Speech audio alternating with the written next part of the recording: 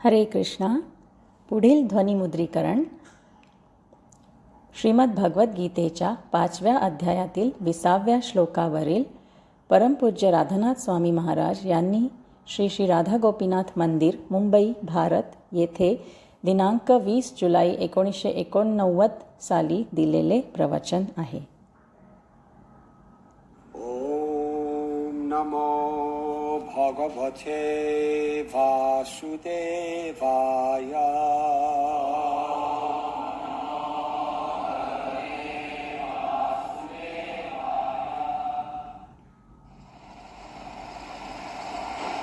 I would like to welcome all of you to Sri Sri Radha Gopinath Mandir.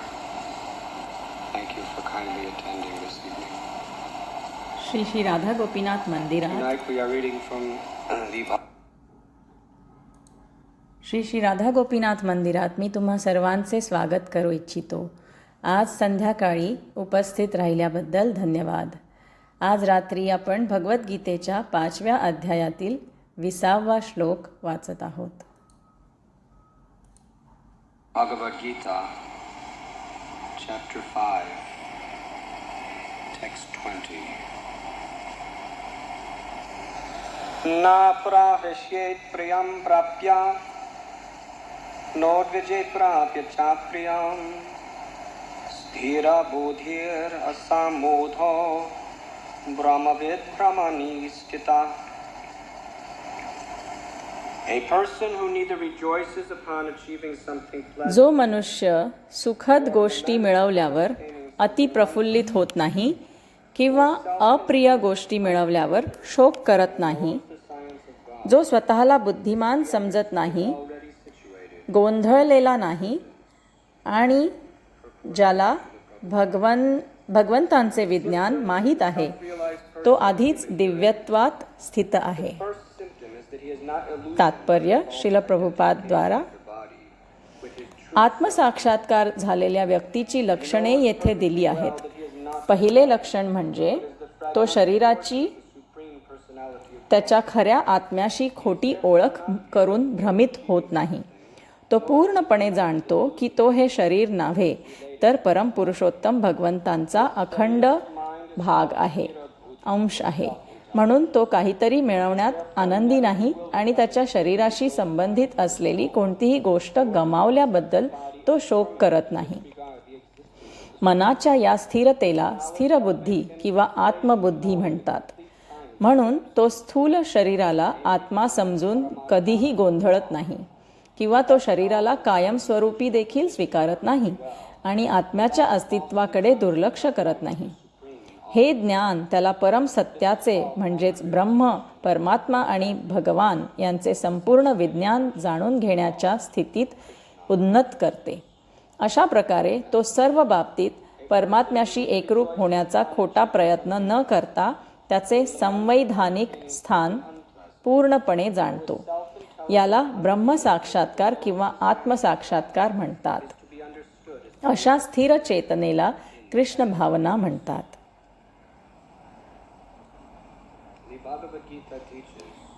Bhagavad Gita शिकवते की ज्ञानाचे 2 प्रकार आहेत.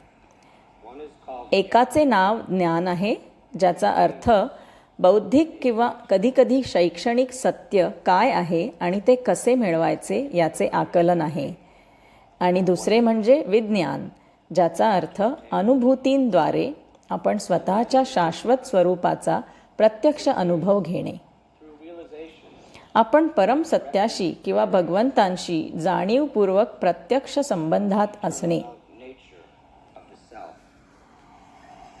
We are in direct connection consciously with the supreme absolute truth or God.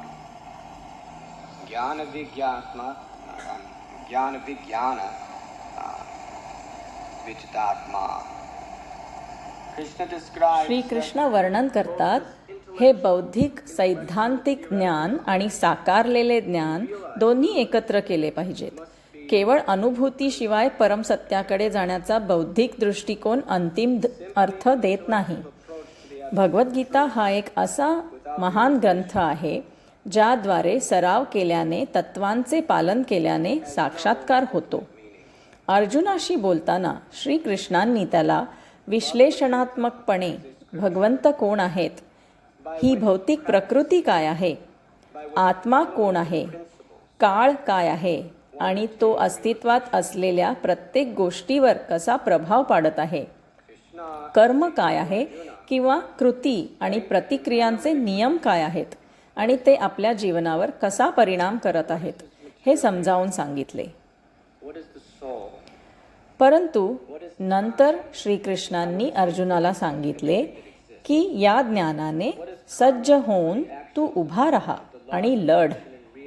जर तुम्हाला भगवद्गीतेच्या ज्ञानाच्या परिणामाची अनुभूती हवी असेल तर तुम्ही ते तुमच्या जीवनात लागू केले पाहिजे. गीतेचा 5वा अध्याय, त्याचा शीर्षक आहे कृष्ण भावनेत कृती. भगवद्गीता हे केवळ बुद्धिजीवींसाठीचे पुस्तक नाही, ज्यांना सर्व तात्विक व्यायामांनी त्यांचे मन आणि त्यांच्या सर्जनशील मेंदूला उत्तेजित करायला आवडते. खरं तर भगवद्गीता हा कदाचित संपूर्ण जगात सर्वात बौद्धिकदृष्ट्या उत्तेजक ग्रंथ आहे. म्हणूनच इतके ज्ञानी, इतके बुद्धिजीवी विद्वान आहेत जे भगवद्गीतेतील भगवान श्रीकृष्णांच्या शिकवणीने पूर्णपणे मोहित झाले आहेत. पश्चिम देशातील एक महान लेखक राल्फ वाल्डो एमर्सन होते आणि त्यांनी वर्णन केले आहे की पाश्चात्य जगात आपली सर्व तात्विक पुस्तके, आपली संस्कृती, समाज, धर्म याबद्दलची आपली सर्व पाश्चात्य पुस्तके जर तुम्ही एकत्र केली तर ती सर्व भगवद्गीतेने दिलेल्या विशाल बुद्धिमत्तेच्या तुलनेत तुच्छ आणि क्षुल्लक आहेत. परंतु भगवद्गीता हा एक महान ग्रंथ आहे जो या शिकवणींवर आधारित कृतिशील जीवनासाठी तयार करण्यासाठी आहे. हे अगदी खरे आहे की श्रीकृष्ण मुळात आपल्याला कसे जगायचे याचे एक प्रिस्क्रिप्शन देत आहेत. हा जसे डॉक्टर प्रिस्क्रिप्शन देतात तसेच, परंतु ते अपेक्षा करतात की रुग्णाने दररोज औषध घ्यावे. ते रुग्णाला केवळ बौद्धिकदृष्ट्या ते त्याला काय देत आहेत हे समजून घेण्याची अपेक्षा करत नाहीत. हो ना? ही एक चांगली पूर्व अट आहे. जर तुम्हाला समजले नाही तर तुम्ही निःसंशयपणे चुकीची गोष्ट घ्याल आणि कदाचित तुम्ही मरण पावाल. परंतु एकदा तुम्हाला कळले की योग्य गोष्ट काय आहे, तुमच्या आजाराचे स्वरूप काय आहे, योग्य उपचार काय आहे, तर तुम्ही औषध घेतलेच पाहिजे. अन्यथा तुमचे सर्व बौद्धिकरण ते सर्व निरुपयोगी आहे. ते पूर्णपणे निरुपयोगी आहे. किंवा दुसरे उदाहरण म्हणजे जर तुम्हाला एखादे ध्येय गाठायचे असेल तर तुम्ही प्रथम श्रेणीचा रोड मॅप म्हणजेच रस्त्याचा नकाशा मिळवू शकता आणि तिथे गेलेल्या अनेक लोकांकडून तुम्ही दिशानिर्देश विचारू शकता. परंतु जोपर्यंत तुम्ही स्वतः रस्त्यावर येत नाही आणि प्रवास सुरू करत नाही आणि मार्गात येणाऱ्या सर्व अडथळ्यांना तोंड देण्यास तयार नाही, तोपर्यंत तुम्ही कधीही ध्येय गाठू शकणार नाही. म्हणून भगवद्गीतेच्या 5व्या अध्यायाचे शीर्षक आहे कृष्ण भावनेत कृती. कृतीशिवाय कृष्ण भावना नाही.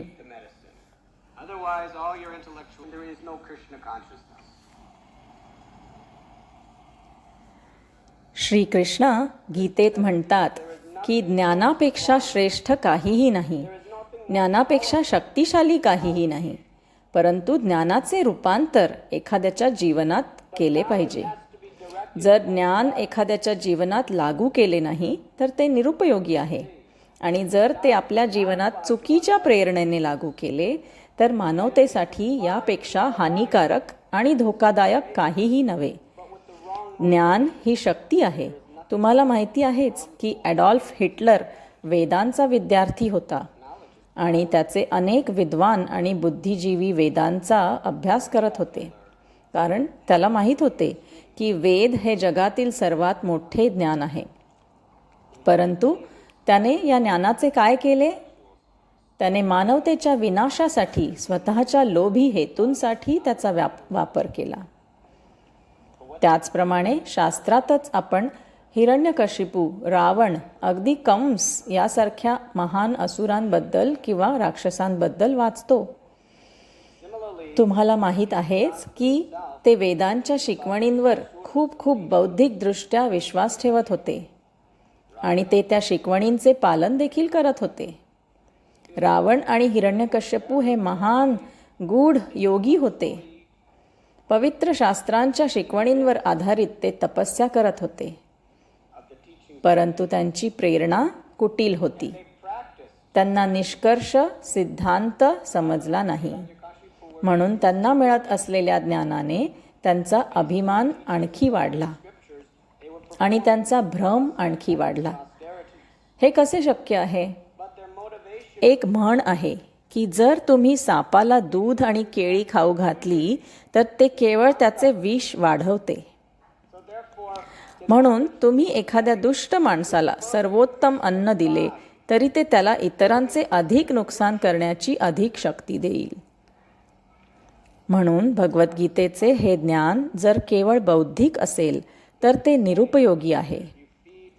जर ते आपल्या जीवनात चुकीच्या प्रेरणेने लागू केले तर हे ज्ञान पृथ्वीवरील सर्वात धोकादायक आहे. परंतु जर ते श्रीकृष्णांच्या इच्छेनुसार, श्रीकृष्णांच्या आदेशानुसार पाळले गेले तर यापेक्षा उदात्त काहीही नाही. समृद्धी निर्माण करण्यासाठी आणि प्रेमाचे फळ निर्माण करण्यासाठी यापेक्षा मोठे काहीही नाही. म्हणून भगवान श्रीकृष्ण 4थ्या अध्यायात म्हणतात,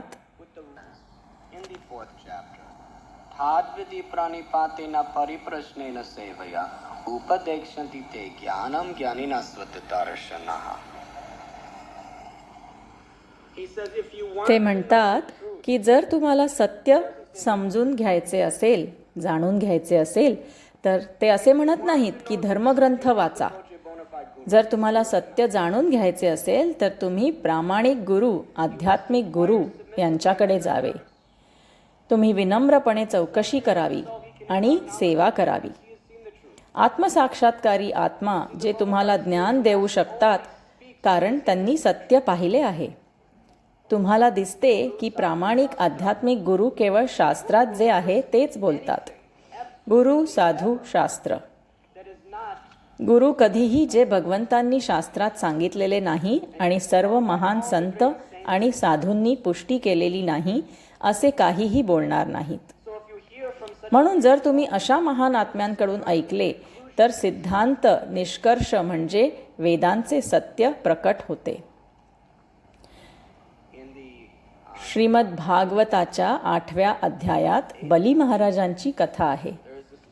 त्यांचे एक आध्यात्मिक गुरु होते ज्यांचे नाव शुक्राचार्य होते, जे वेदांनुसार सर्व काही शिकवत होते, परंतु त्यांचा स्वतःचा निष्कर्ष होता. आणि म्हणूनच ते या जगात कसे जगायचे, धार्मिक कृत्ये कशी करायची आणि या जगात समृद्धीसाठी योग्य त्याग कसे करायचे हे पद्धतशीरपणे शिकवत होते. परंतु ज्यावेळी बली महाराजांना भगवंतांना शरण जाण्याची संधी देण्यात आली त्यावेळी शुक्राचार्यांनी त्यांना सांगितले की असे करू नका, कारण जर तुम्ही भगवंतांना शरण गेलात तर तुम्ही त्यांच्याशिवाय स्वतंत्रपणे आनंद घेऊ शकणार नाही आणि नंतर तुमचे संपूर्ण भौतिक जीवन संपेल. म्हणून बली महाराज म्हणाले, तुम्ही एक चांगले गुरु आहात या अर्थाने की तुम्ही वेदांच्या अक्षरांनुसार सर्व काही शिकवत आहात, परंतु वेदांचा निष्कर्ष तुम्ही टाळत आहात, जो परम सत्याला शरण जाणे आहे. म्हणून मी तुम्हाला नाकारतो. त्यांनी स्वतःच्या गुरुला नाकारले कारण ते गुरु नव्हते. गीतेच्या 18व्या अध्यायात श्रीकृष्ण सर्व ज्ञानाचा निष्कर्ष काय आहे याचे वर्णन करतात.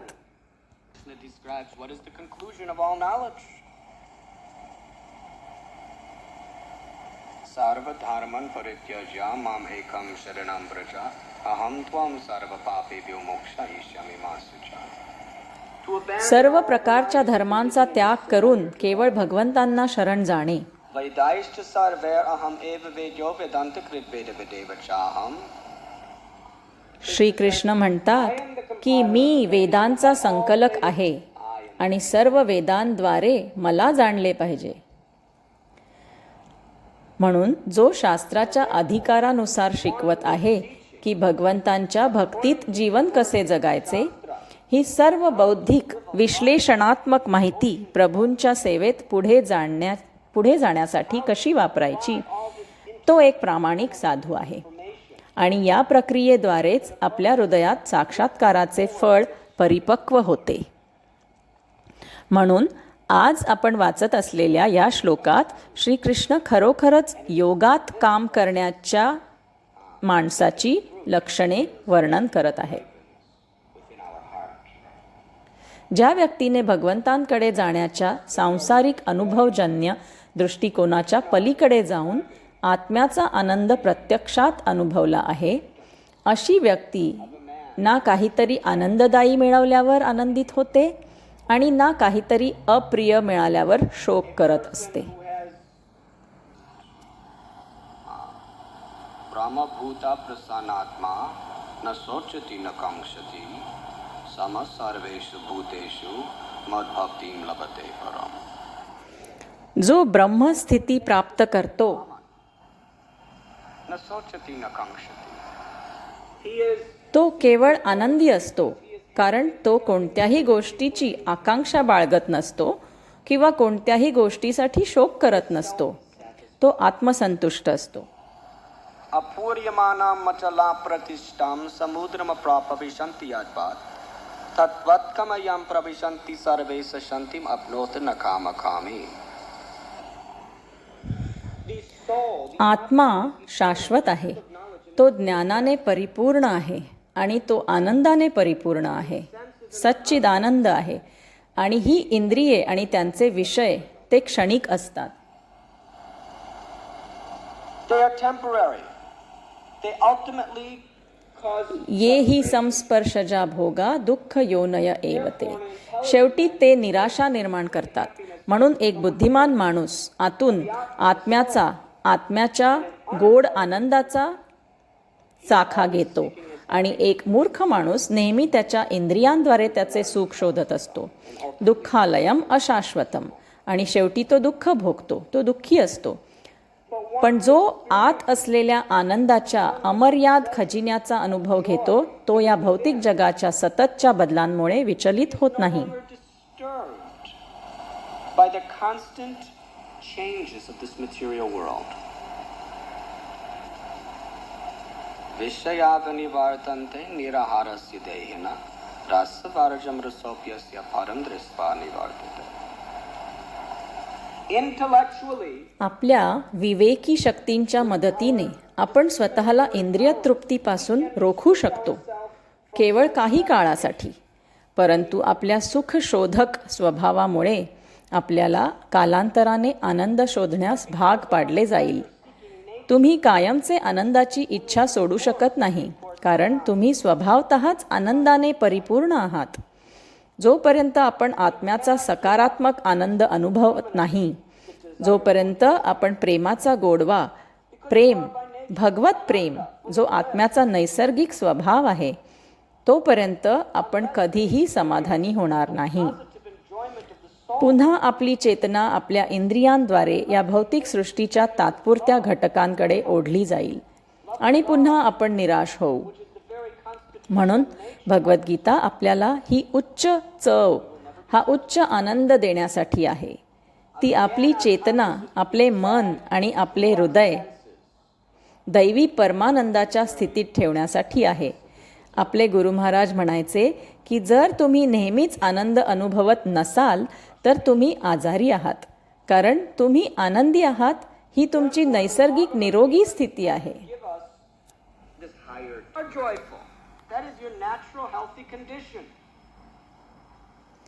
दुःख हे अज्ञानाच्या आजारावर आधारित आहे. भ्रम आणि हे अज्ञान आपल्या जीवनाचा मोठा शत्रू आहे. म्हणून ज्ञान या अज्ञानाच्या गाठी कापते.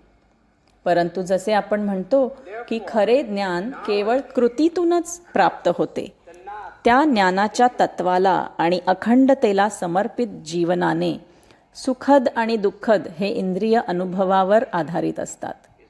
म्हणून आत्मसाक्षात्कारी आत्मा या जगात काय सुखद किंवा दुःखद आहे याची काळजी करत नाही. श्रीकृष्ण गीतेत म्हणतात की असा आत्मा तो सोने आणि माती समान दृष्टीने पाहतो. तो एक विद्वान आणि सौम्य ब्राह्मण, एक गाय, एक हत्ती, एक कुत्रा आणि एक कुत्रा खाणारा म्हणजेच एक चांडाळ, एक अस्पृश्य माणूस देखील सर्वांना तो त्या समान दृष्टीने पाहतो. हे अनुभूतीमुळे आहे. म्हणून असा आत्मसाक्षात्कारी आत्मा तो सर्व प्राण्यांचा हितचिंतक मित्र आहे.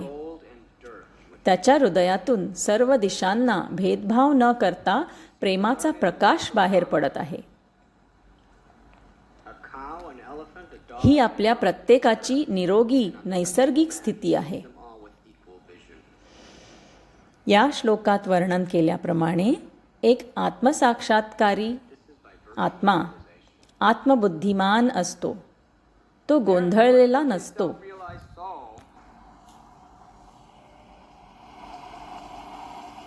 प्राकृते क्रियमाणानि गुणाय सर्वस्य गुणाय कारमणि सर्वश अहंकाराभिमुदात्मा कारतहमिति मान्यते.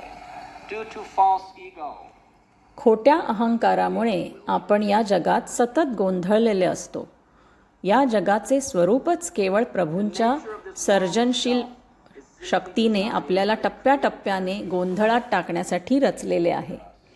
परंतु जो खऱ्या ज्ञानात स्थित आहे तो कधीही गोंधळलेला नसतो, कारण त्याला भगवंत कसे आणि का कार्य करत आहेत हे समजते. तो हे समजतो की ही भौतिक प्रकृती भगवंतांच्या मार्गदर्शनाखाली कशी आणि का कार्य करत आहे. म्हणूनच जीवनाच्या प्रत्येक परिस्थितीत त्याला नेमके काय करायचे आहे आणि काय करायचे नाही हे माहीत असते. परंतु या जगातील सर्वात शक्तिशाली बुद्धिमान व्यक्ती, राष्ट्रांचे नेते, वैद्यकीय आणि विज्ञान आणि तंत्रज्ञान क्षेत्रातील महान व्यक्ती देखील ज्यावेळी समस्या उद्भवतात त्यावेळी ते सतत तर्क लावत असतात की काय करायचे आहे आणि काय करायचे नाही आणि सहसा काय करायचे आहे. याचे निष्कर्ष काढल्याने समस्या आणखी बिकट होतात. आणि जर तुम्हाला माझ्यावर विश्वास नसेल तर कधीतरी तुमच्या खिडकीबाहेर आणि जगाची स्थिती पहा. साध्या शेतमजुरांमुळे जगाची स्थिती या मोठ्या न सुटणाऱ्या समस्यांसारखी नाही, तर या जगातील समस्या मोठ्या मोठ्या शक्तिशाली बुद्धिजीवींनी निर्माण केलेल्या आहेत. तेच असे तंत्रज्ञान तयार करत आहेत जे प्रदूषण निर्माण करत आहेत. जल प्रदूषण, वायू प्रदूषण. तेच असे अणुबॉम्ब तयार करत आहेत जे मानवतेच्या अस्तित्वालाच धोका निर्माण करीत आहेत. तेच असे आहेत जे अणुकचरा जमिनीत टाकत आहेत, ज्यामुळे जवळजवळ सर्वत्र विषारी किरणोत्सर्ग निर्माण होत आहे. भविष्यात तुम्हाला दिसेल की ते घडेल. ते आधीच आहे. बीज त्याचे रोवले गेले आहे. तेच असे आहेत जे जगाचे शोषण करण्यासाठी, नियंत्रित करण्यासाठी, हाताळणी करण्यासाठी या सर्व मोठ्या मोठ्या राजकीय योजना तयार करीत आहेत. अर्थातच इतर सर्वांशी संघर्ष करत आहेत. का? कारण ते गोंधळलेले आहेत. त्यांना एक समस्या दिसते, ते सोडवण्याचा प्रयत्न करतात आणि ते परिस्थिती आणखी बिकट करतात. काही लोक विचार करतात, अरे तुम्ही असे का म्हणता? परिस्थिती तर चांगली होत आहे. मी जवळजवळ 1 महिन्यापूर्वी अमेरिकेत व्याख्यान देत होतो. कोणीतरी म्हणत होते की गोष्टी बिघडत आहेत असे तुम्ही कसे म्हणू शकता? मी लहान असताना माझ्या आजीला क्षयरोग झाला होता आणि त्यावर कोणताही इलाज नव्हता. त्यामुळे तिला यामुळे दुःखद जीवन जगावे लागले. परंतु आता त्यांच्याकडे क्षयरोगावर उपचार आहेत. आता खूप लोक बरे होत आहेत. त्यामुळे गोष्टी सुधारत आहेत. मी म्हणालो की त्या अर्थाने थोडे बरे पण इतर अनेक प्रकारे खूप वाईट. कारण 40 वर्षांपूर्वी क्षयरोगातून बरे झालेल्या एका व्यक्तीसाठी आज कदाचित 1000 लोक एड्सने मरत असतील आणि आज कदाचित 2000 लोक कर्करोगाने मरत असतील. आणि एड्स आणि कर्करोग म्हणजे काय? हे अनैसर्गिक राहणीमानामुळे होते. काल मला सांगण्यात आले की आम्ही पुण्याहून रस्त्यावरून गाडीने येत होतो.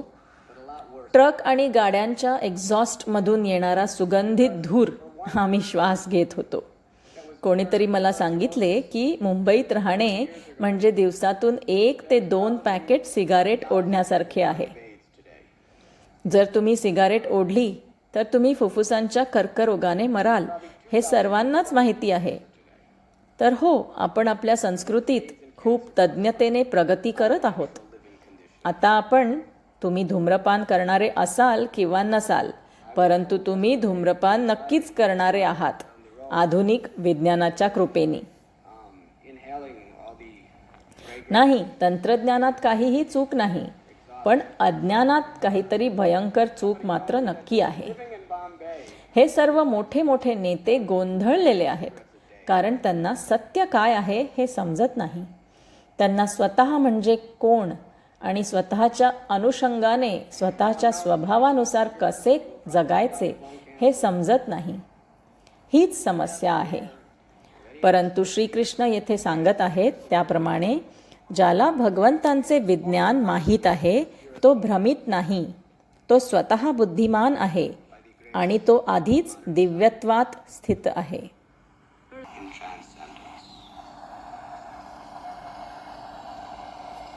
त्रैगुण्य विषया वेद निस्त्रैगुण्य भवार्जना निर्वाणो नित्य सत्वष्टो योगक्षेम आत्मवान. भगवान श्रीकृष्ण गीतेत अर्जुनाला सांगतात की जगाचे शास्त्र प्रामुख्याने भौतिक प्रकृतीच्या 3 गुणांबद्दल बोलतात, तमोगुण, रजोगुण, सत्वगुण. परंतु अर्जुना, तू भौतिक प्रकृतीच्या या गुणांपेक्षा वर उठून त्या सर्वांच्या पलीकडे जाऊन आत्म्यात स्थित झाले पाहिजे. Situated in the self.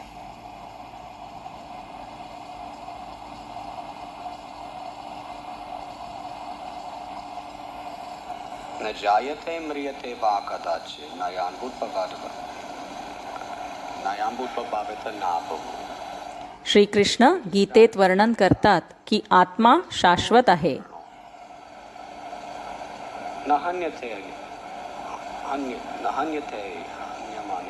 शरीराबरोबर आत्मा मारला जात नाही, हे खरे आहे. म्हणून आपण भगवद्गीता ऐकत आहोत. आपल्या बुद्धिमत्तेला ते पटते.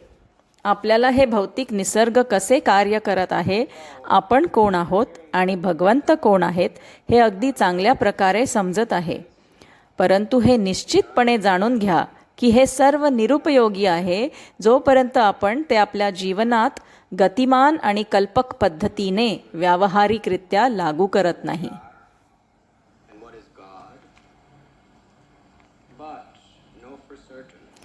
श्रीकृष्णांनी गीतेचे 700 श्लोक सांगितल्यानंतर अर्जुनाने जर युद्ध केले नसते तर त्याचे काय मूल्य असते? तो म्हणाला असता, ठीक आहे कृष्णा, आता मला सर्व काही समजले आहे, पण मी लढणार नाही. मी पर्वतांवर जाणार आहे आणि तू जे काही सांगितले आहेस त्यावर मी मनन करणार आहे आणि मी ते पाठ करेन आणि मी ज्यांना ज्यांना भेटेन त्यांना सांगेन, पण मी लढणार नाही. श्रीकृष्ण अर्जुनाला म्हणाले असते, तू निरुपयोगी आहेस. हां, गीतेच्या शिकवणीच्या शेवटी श्रीकृष्णांनी अर्जुनाला सांगितले, आता मी तुला सर्व माहिती दिली आहे. आता तू ते स्वीकारायचे की नाही स्वीकारायचे ते तूच ठरव. ते घेणे म्हणजे त्यानुसार जगणे. आणि जरी तुम्ही ते सर्व तोंडपाठ केले तरी जर तुम्ही त्याप्रमाणे जगले नाही तर भगवंतांच्या दृष्टीने तुम्ही त्यातील प्रत्येक शब्द नाकारला आहे, हो की नाही? आपल्या दैनंदिन जीवनाशी आपली श्रद्धा जोडली पाहिजे. ती कृष्ण भावना आहे. श्रीकृष्ण आपल्याला सांगतात की जर आपण नेहमी त्यांचे चिंतन केले, जर आपण त्यांचे नेहमीच स्मरण केले आणि जर आपण आपले प्रत्येक कर्म, आपला प्रत्येक शब्द, आपल्या प्रत्येक विचाराला त्यांच्या सेवेत अर्पण केले, तर तीच सर्व तत्त्वज्ञानाची परिपूर्णता आहे. हाच परमसत्याचा निष्कर्ष आहे. ज्यावेळी आपण भगवंतांचे नाव जपतो, श्रीकृष्ण गोविंद हरे मुरारी, हे नाथ नारायण वासुदेव, ज्यावेळी आपण महामंत्रांचा उच्चार करतो, हरे कृष्ण कृष्ण कृष्ण हरे हरे, हरे राम राम राम हरे हरे, त्यावेळी आपण गीतेच्या शिकवणींचे प्रत्यक्ष पालन करत असतो. आपण आपली जाणीव भगवंतांवर स्थित करत असतो. आपण आपली बुद्धी शुद्ध करत असतो, आपले हृदय शुद्ध करत असतो, आपले मन शुद्ध करत असतो.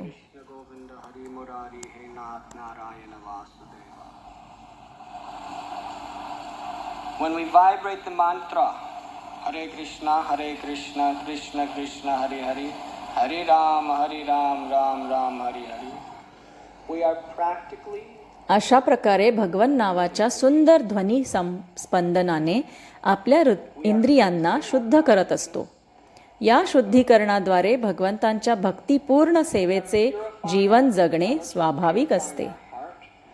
या शुद्धीकरणाद्वारे भगवद्गीतेचा बौद्धिक अभ्यास स्वाभाविकपणे आपल्या जीवनाचा मार्गदर्शक प्रकाश असेल, असे श्रीकृष्णांनी गीतेच्या 8व्या अध्यायात वर्णन केले आहे. Krishna describes in the 8th chapter of Gita, Yam yam vapi smaran bhavam tyajachante kalevaram tam tam evaiti konteya sadatat bhava bhavata. तुमच्या जीवनाची अंतिम परीक्षा मृत्यूच्या वेळी होते आणि तुम्ही मृत्यूच्या वेळी जे विचार करता तेच तुम्हाला मिळते. आणि जो मृत्यूच्या वेळी माझा विचार करतो त्याचे जीवन परिपूर्ण असते. तो परम ध्येय कृष्ण भक्ती म्हणून जीवनाचा पैलू प्राप्त करतो. म्हणून ज्यावेळी आपण भगवंतांचे नामस्मरण करतो, भगवंतांच्या भक्तांशी संगती करतो आणि ज्यावेळी आपण दररोज भगवंतांच्या शिकवणींनी आपली बुद्धी शुद्ध करतो आणि स्नान करतो, त्यावेळी या 3 सोप्या प्रक्रियांचे संयोजन एक संपूर्ण समृद्ध दृष्टिकोन निर्माण करतो, जेणेकरून आपण योगाच्या परिपूर्णतेत जीवन जगू शकतो. योग हा आळशी पुरुषासाठी किंवा या जगात जगण्यास घाबरणाऱ्या पुरुषासाठी नव्हे. खरा योग हा अशा पुरुषासाठी आहे किंवा स्त्रीसाठी आहे जे सत्यावर आधारित, भगवत भक्तीवर आधारित सुशील सक्रिय जीवन जगू इच्छितात. म्हणून आपण या तत्वांना अत्यंत गांभीर्याने घेऊया आणि जगण्याची कला शिकूया. खूप खूप धन्यवाद. हरे कृष्ण.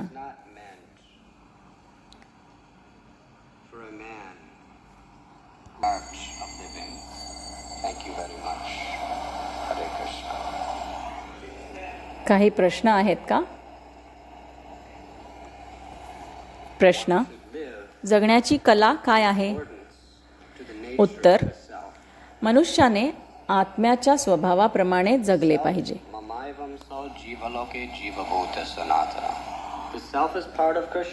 आत्म्याचा स्वभाव हा श्रीकृष्णांचा भाग आहे, अंश आहे. म्हणून आत्म्याचा स्वभाव सेवा करणे आहे. सनातन धर्म म्हणजे स्वतःची स्वाभाविक स्थिती, जी भगवंतांची सेवा करणे आहे, म्हणजेच भगवंतांवर प्रेम करणे आहे. म्हणून आत्म्याच्या स्वभावानुसार जगणे म्हणजे परम भगवंतांना समर्पित जीवन जगणे, भगवंतांच्या मार्गदर्शनानुसार जगणे. कलियुगात फॅशनेबल असलेल्या आपल्या स्वतःच्या मानसिक कल्पनांनुसार जगणे नव्हे.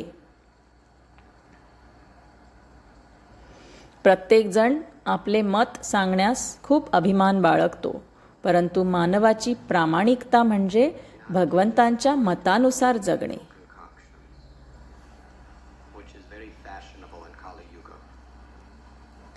दुसरा प्रश्न: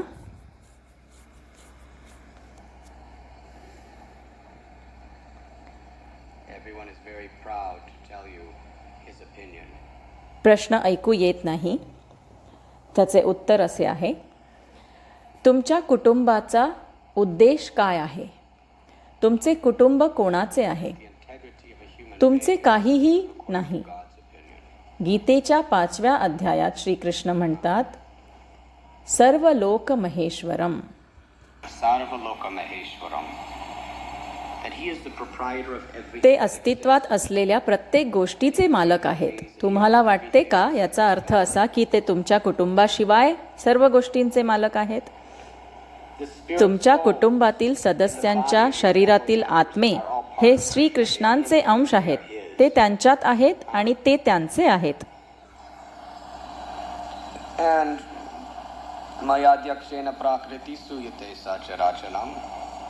आणि शरीर आणि तुमच्या कौटुंबिक जीवनातील सर्व भौतिक व्यवस्था ही श्रीकृष्णांच्या भौतिक प्रकृतीचा भाग आहे, जी श्रीकृष्णांची आहे. म्हणून तुमच्या कुटुंबाचा प्रत्येक पैलू भगवंतांची मालमत्ता आहे. हे समजून घेणे म्हणजे ज्ञान, आणि हे न समजणे म्हणजे घोर अज्ञान. To not understand this is the grossest ignorance. Janasya mohoya mahamameti. The great illusion. मी आणि माझे यांच्या बाबतीत एक मोठा भ्रम आहे. मी हे शरीर आहे आणि हे कुटुंब माझे आहे. खरे सत्य हे आहे की मी भगवंतांचा सेवक आहे आणि सर्व काही भगवंतांचे आहे. माझे एकमेव कार्य म्हणजे सेवा करण्याचा अधिकार. म्हणून जर तुम्ही तुमच्या कुटुंबाची परिस्थिती सत्याच्या तत्वानुसार पाहिली तर तुम्ही ती परमेश्वराच्या वतीने असलेली एक अतिशय गंभीर आणि घोर जबाबदारी स्वीकाराल, आणि भगवंतांच्या वतीने तुम्ही भगवत सेवा म्हणून तुमचे कौटुंबिक कर्तव्य पार पाडाल. याचा अर्थ तुम्ही तुमच्या कुटुंबातील सदस्यांचे शरीर, मन आणि आत्मा यांचे पोषण कराल. तुम्हाला अन्न पुरवण्याची, निवारा देण्याची जबाबदारी आहे, परंतु कोणत्या उद्देशाने? जेणेकरून ते या जगात उत्पादक जीवन जगू शकतील, अशा प्रकारे की ते हळूहळू ज्ञानाच्या मार्गावर स्वतःला विकसित करू शकतील. जर तुम्ही तुमचे घर भगवंतांची मालमत्ता आहे हे स्वीकारले तर तुम्ही ते भगवंतांचे मंदिर बनवाल, आणि तुम्ही आणि तुमचे सर्व कुटुंबातील सदस्य केवळ परमेश्वराचे सेवक आहात. जर तुम्ही त्या दृष्टिकोनाने, भावनेने पाहिले तर तुम्ही तुमच्या कुटुंबासाठी जे काही करता ती भगवत भक्ती आहे. दिवसातून एक क्षणही आपल्याला प्रभूंच्या सेवेपासून दूर राहावे लागेल असे कोणतेही कारण नाही. योगाचे जीवन जगण्यासाठी तुम्हाला संन्यास घेण्याची गरज नाही. या जगातील तुमच्या जबाबदाऱ्या सोडण्याची गरज नाही. तुम्हाला केवळ तुमच्या कर्तव्यांकडे योग्य जाणीवेने सत्य काय आहे हे समजून घेऊन जावे लागेल. ज्यावेळी तुम्ही या समजुतीत स्थिर व्हाल त्यावेळी तुम्ही जीवनाच्या सर्व परिस्थितीत सत्यासाठी जगाल. हे स्पष्ट झाले का? तिसरा प्रश्न: कुटुंबातील लोकांना कसे भक्त बनवावे? उत्तर: तुम्ही तुमच्या कुटुंबातील सदस्यांना काहीही करण्यास भाग पाडू शकत नाही, जबरदस्ती करू शकत नाही, परंतु तुमच्या जीवनाद्वारे तुम्ही त्यांना मार्गदर्शन करण्यासाठी एक परिपूर्ण उदाहरण बनू शकता. ही तुमची जबाबदारी आहे. ज्यावेळी सहिष्णुता आवश्यक असते त्यावेळी तुम्हाला तुमची बुद्धिमत्ता वापरावी लागेल, आणि सहनशीलता आवश्यक असते, परंतु तुम्ही स्वतःशी इतके सहनशील राहू नये. तुमच्या कुटुंबाप्रती तुमचे कर्तव्य आहे की तुम्ही योग्य उदाहरण ठेवा, आणि तुमचे उदाहरण म्हणून ते प्रबुद्ध होतात, त्यांचे विकसन होते, आणि नंतर तुम्ही त्यांना योग्य दिशा देता, आणि ते स्वीकारण्यास किंवा नाकारण्यास तयार आहेत की नाही, आणि ते किती प्रमाणात स्वीकारतात किंवा नाकारतात यावर तुमचे अंतिम नियंत्रण नाही. परंतु भगवंतांप्रती तुमची सेवा म्हणजे तुमच्या शब्दांनी आणि तुमच्या उदाहरणाने त्यांना सर्वोत्तम उपहार देणे. प्रेमाचा हाच खरा अर्थ आहे. जर तुम्ही एखाद्यावर प्रेम करत असाल तर तुम्ही प्रियजनांना शक्य तितके सर्वोत्तम देऊ इच्छिता, आणि तुम्ही दुसऱ्याला देऊ शकता अशी सर्वात मोठी गोष्ट म्हणजे काय? श्रीकृष्ण. तर खरी अभिव्यक्ती, आपल्या प्रेमाची सर्वोच्च अभिव्यक्ती म्हणजे आपण मुक्ती आणि कृष्ण भावनेची संधी देण्यास तयार असणे. The chance for liberation and Krishna consciousness. Srila Prabhupada ki. Thank you very much.